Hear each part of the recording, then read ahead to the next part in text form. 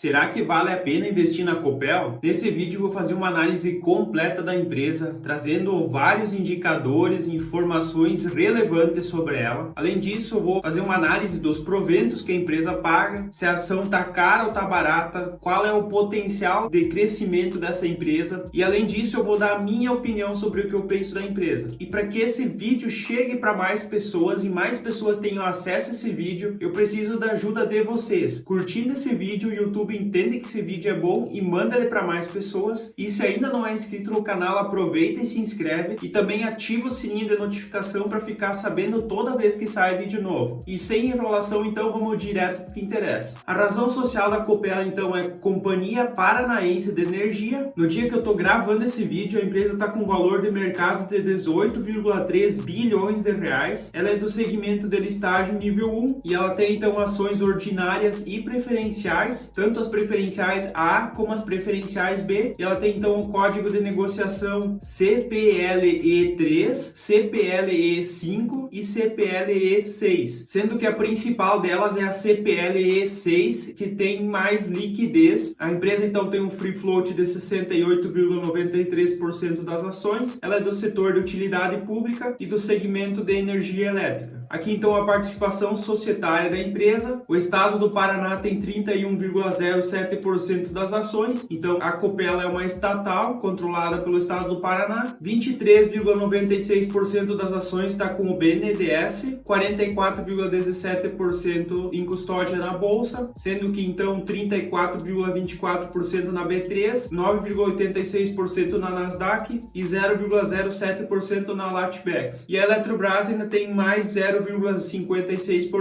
e outros acionistas então 0,23%, o que dá o total de 100% das ações. E aqui então a estrutura da empresa, são diversas empresas que fazem parte da Copel e aqui na parte de cima então é as principais, que seria a Copel Geração e Transmissão, a Copel Distribuição, a Copel Telecomunicações, a Copel Serviços e a Copel Comercialização. E aqui para baixo vocês podem ver que tem várias empresas que fazem parte da Copel. Algumas empresas a Copel é dona de 100% e algumas então a Copel tem participação nessas empresas. E aqui então tem várias outras empresas também. No dia que eu estou gravando esse vídeo, o preço da ação fechou a R$ 6,96 e como vocês podem ver desde o IPO da Copel lá em 97, a empresa ela não teve uma grande valorização. Ela começou em alta e depois teve uma queda e ela passou uns quantos anos praticamente estável. Ela teve de novo uma valorização, teve uma queda e desde 2018 ela está valorizando mais. E eu vou explicar depois que a empresa ela passava por dificuldades, era uma empresa que estava muito mal e ela passou por uma reestruturação e está melhorando bastante. Então por isso que teve essa valorização desde 2018. E aqui então eu trouxe o PL histórico. Atualmente o PL está em 5,46, isso é um PL bem baixo e a média em 7,65. Eu já fiz vários vídeos de empresas que são estatais e em todas elas eu explico que sempre empresas estatais elas têm múltiplos baixos. Como as estatais elas não são as preferidas dos investidores, então dificilmente vai ter alguma empresa listada na bolsa de valores que seja estatal e que tenha múltiplos altos. Eu, por exemplo, dependendo do setor eu até invisto, mas de preferência eu fico longe desse tipo de empresa. Então, como não tem tantos investidores investindo nessas empresas, é difícil os múltiplos ficarem altos. Mas então, atualmente ela está com um PL abaixo da média histórica da empresa. E o PVP também é bem baixo, atualmente está em 0,95 e a média é de 0,73. Então, olhando para o PVP atual, significa que a empresa está sendo negociada a 95% do valor patrimonial dela. Então, está abaixo do que a empresa vale pelo patrimônio. Então, é uma empresa descontada e como ela é estatal, isso acaba sendo comum de acontecer. Inclusive, a média que essa empresa é negociada é menor ainda, é só de 73% do valor patrimonial. A dívida líquida sobre o PL é um indicador bem importante para olhar nessas empresas. Atualmente esse indicador está em 0,4 e a média em 0,28. E aí, como eu falei para vocês, a empresa ela vinha crescendo bastante esse endividamento e ela estava em alguns anos com bastante complicação e esse endividamento ele foi crescendo desde 2010 a cada ano até 2018. E aí a empresa passou por essa reestruturação, está fazendo um desinvestimento e investindo em outros negócios, mas mais rentáveis, e agora então ele está menor do que estava lá em 2018, justamente por essa reestruturação da empresa. E aqui então a dívida líquida sobre o EBITDA também mostra isso. Há alguns anos aqui não está mostrando esse indicador no site Status Invest, mas atualmente está em 1,64 e a média desses anos que está mostrando aqui em 0,96, mas tem esses anos negativos aqui que acabam distorcendo a média, então fica difícil de avaliar. Mas o interessante é que como a Copel pertence ao setor de energia elétrica, essas empresas elas podem ter esse indicador aqui de 2,5 até 3, ainda é aceitável, mas já é um pouco arriscado, e 1,64 então é um indicador bem baixo. A empresa tem uma alavancagem até bem menor do que outras empresas do setor de energia elétrica, que são muito mais conhecidas e queridinhas pelos investidores. Então, no quesito de endividamento, a Copel fez um bom trabalho e não é uma das mais endividadas e alavancadas desse setor. E aqui então a liquidez corrente da empresa, atualmente esse indicador está em 1,03, o que é um indicador que merece bastante atenção. A média da empresa está em 1,46. Esse indicador é muito importante que ele fique acima de 1. Isso significa que a empresa tenha disponíveis o suficiente para pagar todas as dívidas de curto prazo. E a partir do momento que esse indicador fica abaixo de 1, isso quer dizer que a empresa não tem o suficiente para pagar essas dívidas de curto prazo. Então ele está bem próximo de 1, ainda tem o suficiente, mas já começa a ficar arriscado. Como vocês podem ver, em 2018 e 2017 essa situação estava até pior, e aí a empresa conseguiu melhorar um pouco esse indicador, e eu acredito até o final do ano esse indicador fique acima de 1,03, porque aqui está pegando os últimos 12 meses e isso pode ficar meio distorcido. A margem líquida da empresa está em 17,4% e a média em 12,32%. Então eu já falei em outros vídeos, eu acho muito interessante uma empresa com margens líquidas acima de 10. Quanto maiores essas margens, melhor. Eu vejo como muito boas as margens da Copel, principalmente porque ela está no setor de distribuição, que é o que tem as menores margens. Mas justamente, como eu vou mostrar um pouco mais para vocês, ela vem fazendo alguns desinvestimentos e investindo em outros negócios. Então ela entrou em transmissão, também melhorou a parte de geração, e esses segmentos eles são mais lucrativos e isso acaba melhorando as margens também. Dá para ver aqui que de 2014 até 2018 a margem líquida ficou abaixo de 10%, justamente nos anos que a empresa não vinha muito bem. E a partir do desinvestimento dela, dessa reestruturação, ela conseguiu melhorar esse indicador e agora então está bem interessante. O ROI é outro indicador muito bom. Atualmente ele está em 17,45%, a média em 9,91%. Esse indicador está bastante afetado pelos anos anteriores, que esse indicador era ruim, mas atualmente esse ROI é bem interessante. Eu também gosto de empresas que têm um ROI acima de 10%, mas se você comparar empresas do setor de energia elétrica, esse ROI da Copel ele não é muito alto, ele até é inferior do que